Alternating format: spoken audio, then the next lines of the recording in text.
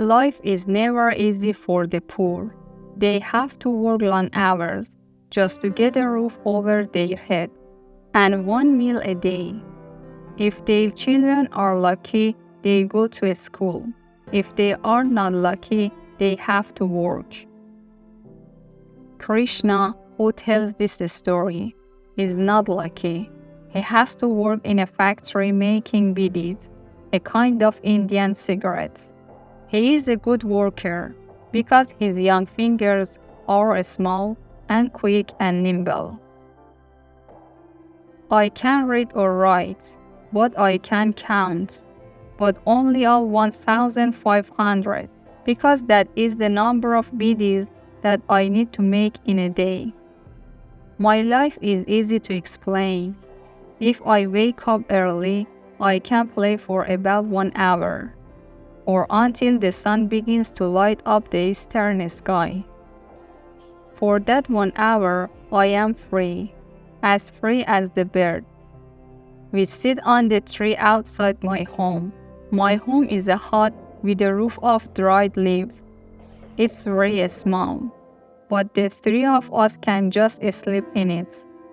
And I go away really early and come back in the night, so only my mother and my little sister are there in the daytime. English story with Sara. In the night, it's a bit crowded.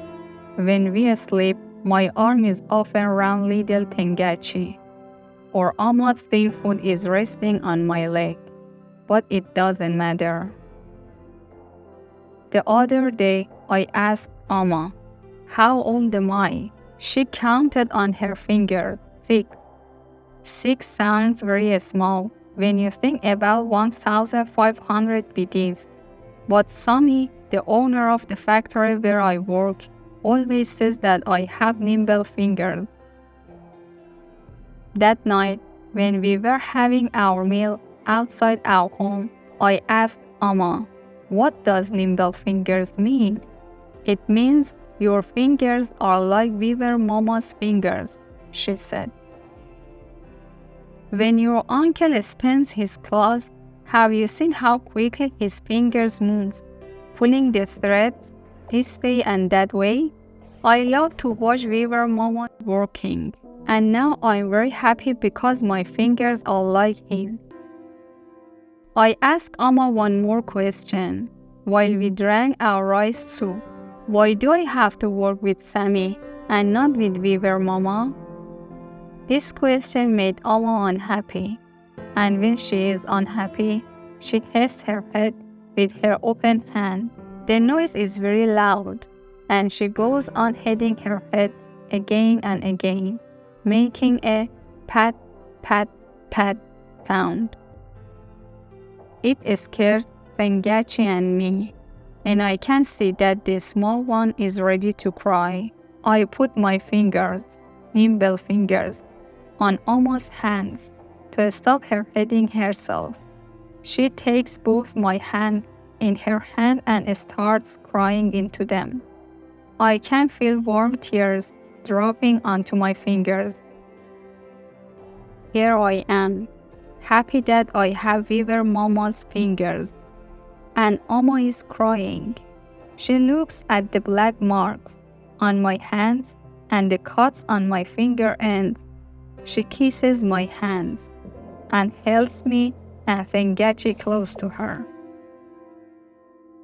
"Amma," I ask again, "why can I not work with Weaver Mama?" Tengachi is pushing her finger into my back. Her eyes are telling me to stop my question, but I want to know.